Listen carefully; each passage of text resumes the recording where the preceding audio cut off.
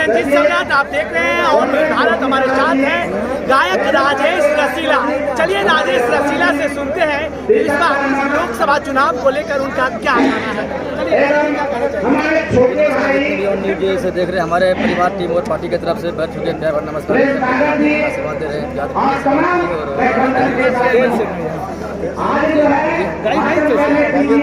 जैसे मोदी जी सब लोग इधर इधर होता है मोदी तो अरे मोदी मोदी करो ही भैया मोदी जैसा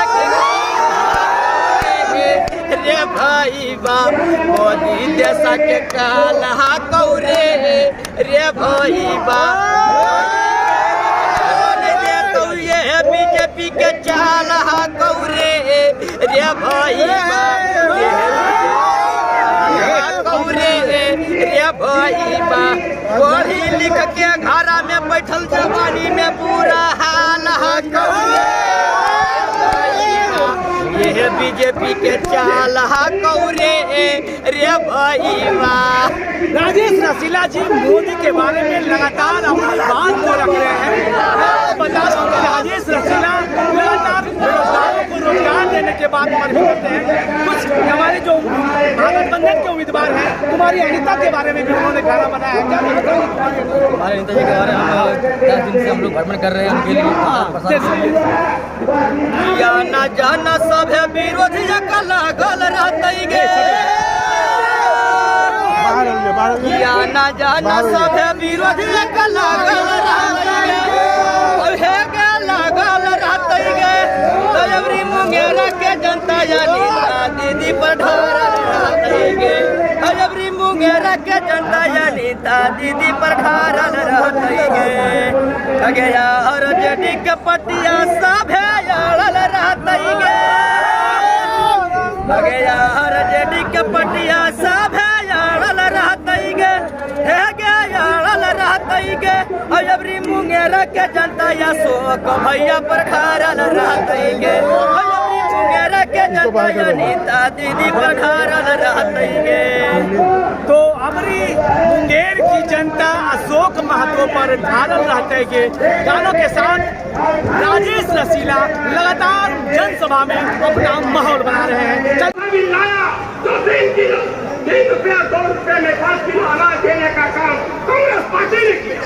हमने राजस्थान नेतृत्व की योजना जो हर गांव में बिजली है आज कांग्रेस पार्टी का देन है। मोदी जी ने सेल को बेचा, वेल को बेचा, हवाई अड्डा को बेचा और गैस को बेचने चला। एक लोग को सोचना है अगर रोजगार चाहिए नौकरी चाहिए तो इस देश में राहुल गांधी के नेतृत्व में सरकार को बनाना है और बिहार में भाई के नेतृत्व में सरकार को बनाना है। तब जाके बिहार बचेगा और देश बचेगा। ज्यादा समय नहीं है। जय हिंद, जय भारत, जय कांग्रेस।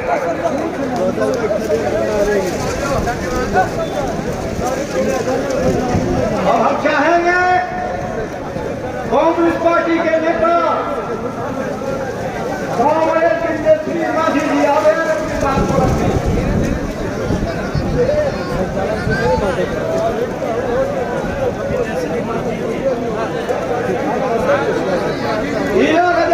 अपनी बात को रखें। लेकिन इस बार देश जो चुनाव है वो देश के प्रधानमंत्री बनाने का है और साथ ही ये चुनाव बहुत खास है।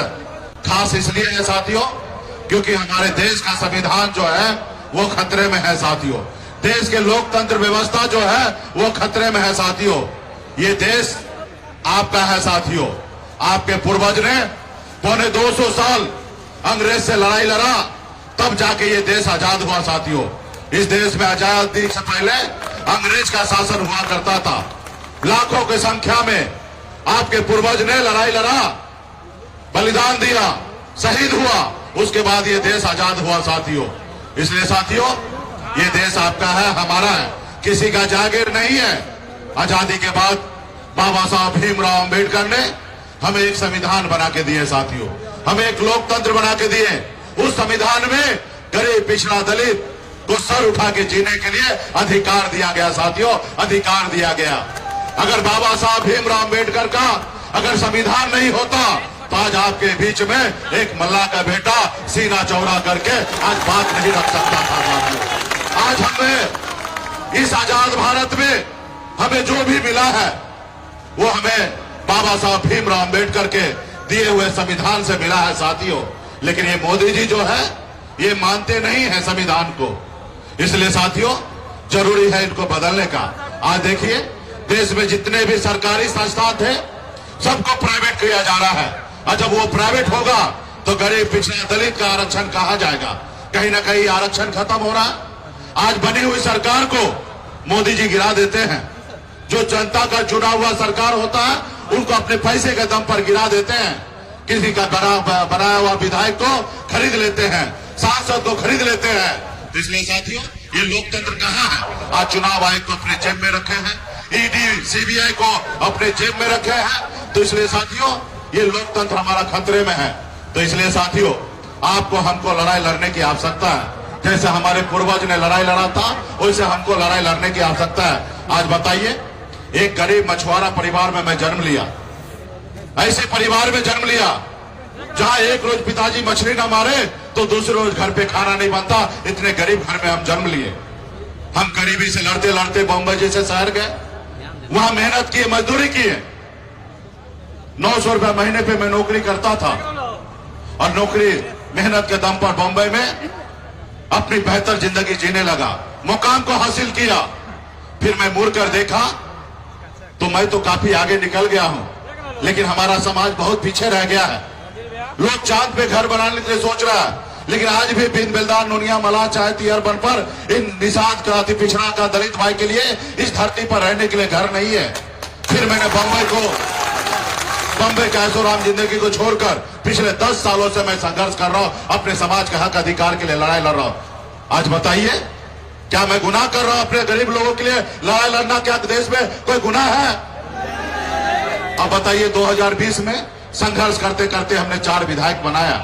बिहार में बताया कि मल्ला का बेटा सिर्फ मछली नहीं मारता है, एक विधायक और सांसद भी बना सकता है। ये बिहार को हमने बताया। हमारे 4 विधायक बना, हमारे सहयोग से सरकार बना। अगर हम समर्थन नीतीश जी को नहीं देते तो बिहार में सरकार नीतीश जी का नहीं बनता। यूं कह दीजिए एक मल्ला का बेटा के समर्थन से बिहार में सरकार बना। हमने उनको मुख्यमंत्री बनाया, हम मंत्री बने, अपने समाज का हक अधिकार के लिए लड़ाई लड़ रहे थे, लेकिन उनको अच्छा नहीं लगा। वो देखा जिस समाज को, जिसको बरसों से हम अपने पैर तले दबा के रखे, आज उसका बेटा खड़ा हो गया। इनको रोको, अगर नहीं रोकोगे तो बिहार में अति पिछड़ा 36% है, बहुत आगे निकल जाएगा। इसको रोको। और उन्होंने एक साजिश के तहत हमारे विधायक को खरीद लिया। जो सरकार हमने बनाया था वो सरकार से हमें बाहर कर दिया, इसलिए क्योंकि हम गरीब मजदूर का बेटा एक दलित समाज से आते हैं, पिछड़ा समाज से आते हैं। तो इसलिए साथियों ये मोदी जी है, ये गरीब को देखना नहीं चाह रहे, पिछड़ा दलित को हक अधिकार देना नहीं चाहते हैं। ये बड़े लोगों का सरकार है, अडानी अंबानी का सरकार है, ये गरीब का सरकार नहीं है। साथियों आपने सुना 2014 में मोदी जी आए, आपसे क्या वादा किया था कि हम आपके अच्छे दिन लाएंगे, हर युवा को हर साल 2 करोड़ नौकरी देंगे। क्या नौकरी मिला? क्या आपके अच्छे दिन आए? उन्होंने कहा कि देश में किसान आत्महत्या कर रहा है, हम सरकार में आएंगे, हर किसान को आमदनी दुगुना करेंगे। क्या हुआ? उन्होंने कहा हर गरीब को पक्का मकान बना के देंगे, हुआ? नहीं हुआ। तो इसलिए साथियों आज क्या कह रहे हैं मोदी जी? हिंदू, मुसलमान, मंदिर, मस्जिद, सनातन। अरे भाई बताइए, आप देश के प्रधानमंत्री हैं, 140 करोड़ देश के माए बाप हैं, और आप ऐसी शब्द की इस्तेमाल कर रहे हैं। मोदी जी मैं आपसे हाथ जोड़ के कहता हूं कि कृपया करके 2014 में आपने जो भाषण दिया वही भाषण देश में दीजिए, जनता के बीच में, और तब जनता का आवाज सुनिए कि जनता क्या कह रहे हैं। जो आपने भाषण दिया था वो भाषण दीजिए। लेकिन 10 साल हो गया, आप कुछ नहीं किए हैं, और फिर भी आपको देश में मौका चाहिए। साथियों हमारा बाबा साहब भीमराव अम्बेडकर ने संविधान बनाने के समय में बहुत सोच समझकर नेता को सिर्फ 5 साल का समय दिया। आप सरकारी नौकरी में जाइएगा, 58 साल 60 साल तक आप नौकरी में फिक्स हो जाइएगा, लेकिन नेता के लिए 5 साल रखा गया। क्यों? क्योंकि उनको पता था कि नेता झूठ बोलेंगे, और जब नेता झूठ बोलेंगे तो जनता मालिक होगा और जनता हिसाब किताब लेगा साथियों। आज नेता मालिक नहीं है, जनता मालिक है साथियों। नेता सेवक होता है, जनता मालिक होता है। तो आप सभी जनता है।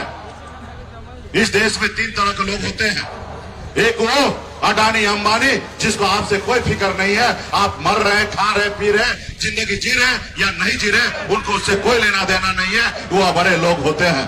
एक वो लोग होते हैं जो रात में क्या खाएंगे, कल क्या खाएंगे, उसके लिए फिक्र लगा रहता है, उसके लिए वो परेशान रहते हैं। और तीसरा आप जैसे लोग होते हैं जो नेता को सुनने के लिए आते हैं क्योंकि आपके पास अच्छा बुद्धि विवेक है, आप चाहते हैं कि हमारा देश आगे बढ़े, आप क्या अपने बच्चे आगे बढ़े, ये सोचते हैं। तो आप सोचिए कि 10 साल में जो हमारे देश के प्रधानमंत्री झूठ बोलकर सत्ता में रहे हैं, ईडी सीबीआई सबको अपने जेब में रखते, क्या काम किए नहीं किए, इसका हिसाब आपको लेना है साथियों।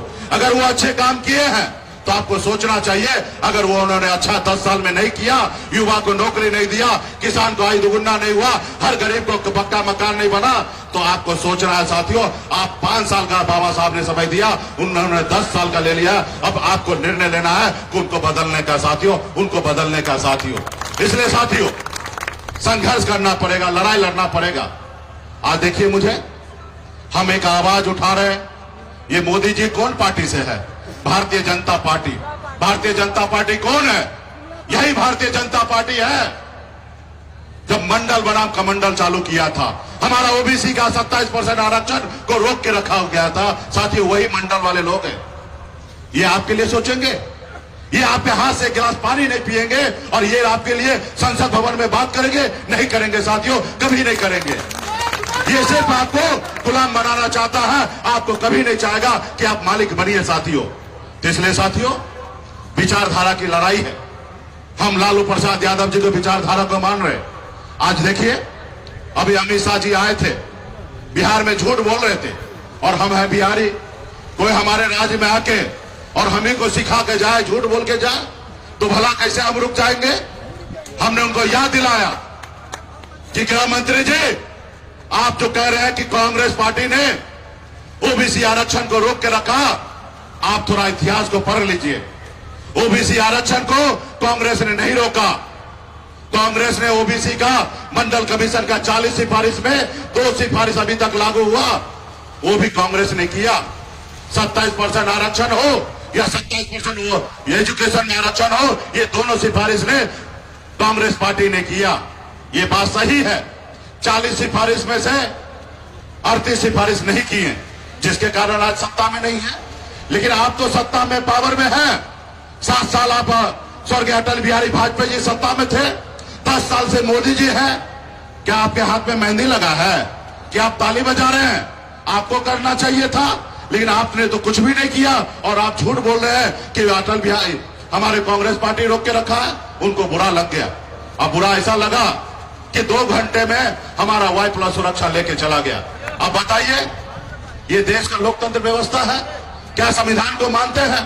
अरे भाई, Y+ सुरक्षा हमको क्यों मिला था? हमारे जान माल का खतरा था, इसलिए मोदी जी ने दिया था, भारत सरकार ने दिया। हमारी बात से आपको नाराजगी हो सकता है, लेकिन इसका यह मतलब कि आप हमारा सुरक्षा हटा लीजिएगा। तो मोदी जी, आप सुरक्षा ले लीजिए, मुझे कोई फर्क नहीं पड़ता है।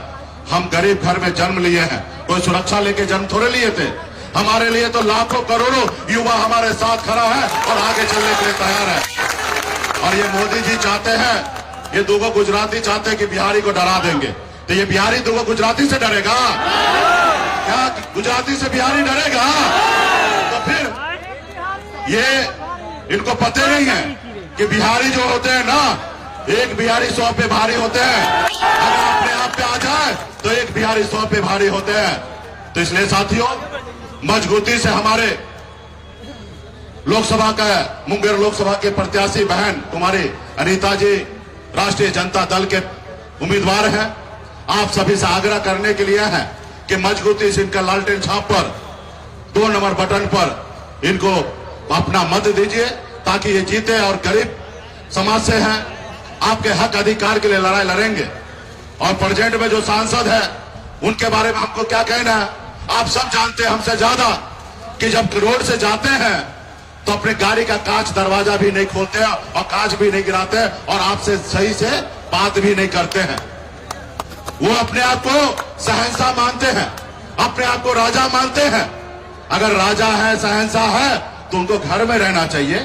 अगर जनता के बीच में आना है तो जनता का सेवक बनिए, जनता का दुख दर्द के लिए खड़ा होइए। आज हमें 4 जगह सभा करना था, हमको तेजस्वी जी को 4 जगह सभा करना था। मुंगेर लोकसभा में 2 जगह, उजियारपुर में 2 जगह, लेकिन टेक्निकल इशू होने के कारण जो हमारी हेलीकॉप्टर था वो सर्विसिंग के लिए चला गया था दिल्ली, और जो हेलीकॉप्टर यहाँ पे सुबह आना था वो बारिश होने के कारण दूसरे स्टेट से यहाँ पे नहीं आ पाया। और इसके कारण, और आप सभी को जानकारी है, माननीय नेता प्रतिपक्ष श्री तेजस्वी प्रसाद यादव जी को कमर में भी तकलीफ है, दवा लेकर वो कार्यक्रम कर रहे हैं और यहाँ पे आने के लिए असमर्थ रहे। तो मैंने, तेजस्वी जी ने कहा कि हमें तो तबीयत खराब है और हेलीकॉप्टर का भी दिक्कत हो गया है, तो कृपया करके आप चले जाइए और आप अकेले वहां पे मोर्चा संभालिए, पार्टी के नेता है। तो भाई हम जनता के सेवक है ना, जनता यहाँ पे लाखों हजारों की संख्या में आए और भला हमको हेलीकॉप्टर नहीं मिला तो क्या हम रुक जाएंगे? नहीं रुकेंगे। और हम बाय रोड पटना से यहाँ पे आ गए, अभी यहाँ से फिर उजियारपुर जाएंगे, क्योंकि हम लोग जनता के हक अधिकार के लिए लड़ाई लड़ने के लिए आए हैं। तो हम आपके बीच में आए, तो इसलिए तेजस्वी जी नहीं आए हैं, तो हम तेजस्वी जी से बात कराइए टेलीफोन पे ही, हम लोग भाषण आपको करवा देते हैं और वो आ जाते हैं। उनके कमर में थोड़ा दिक्कत है और लंबा हम लोगों को 25 दिन तक लड़ाई लड़ना है, शरीर भी स्वस्थ रखना है, ताकि हम बड़े मजबूती से, ये 2 जो गुजराती है इनसे मजबूती से लड़ेंगे और बिहार में बताएंगे कि बिहार में चलने वाला नहीं है, ना चलवे बिहार में, ना चलवे बिहार में, सिर्फ बिहारी का चलेगा, कोई गुजराती का नहीं चलेगा साथियों। तो ये हमारे माननीय तेजस्वी जी आप लोगों के बीच में बात को रखेंगे। हेलो, हाँ लाइन पे है माननीय नेता प्रतिपक्ष हमारे तेजस्वी जी, अभी अगला आवाज उनका आप लोग सुनेंगे। हाँ बोलिए जरा, हाँ हाँ बोला जाए जी, बोलिए, माइक में लगा हुआ है।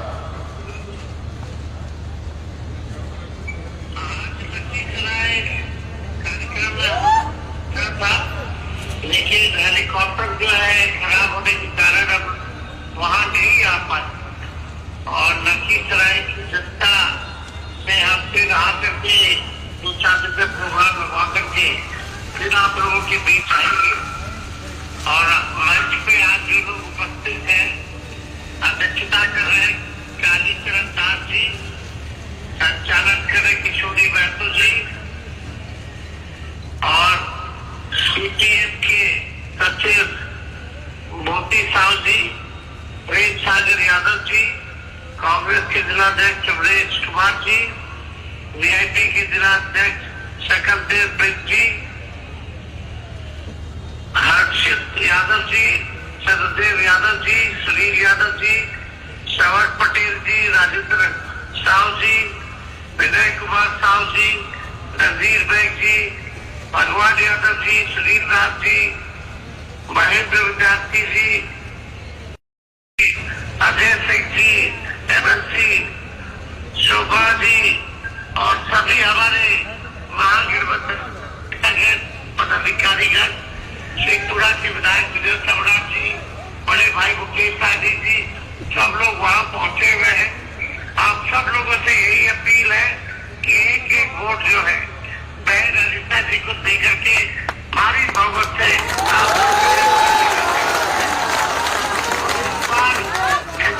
जनता लखीसराय की जनता से यही अपील है कि इस पर लालटेन को हाथ कराने का काम किया जाए और लालू जी और राहुल जी के हाथों को मजबूत किया जाए। आप लोग सब लोग देखे होंगे लगातार जो है वहां से जीतता रहा, लेकिन मुंगेर के लोगों को, लखीसराय के लोगों को कोई काम जो है नहीं हुआ। महंगाई, गरीबी, बेरोजगारी सबसे ज्यादा बढ़ चुकी है। आपने 17 महीने हम लोगों का काम भी देखा, 17 महीने में 5 लाख लोगों को सरकारी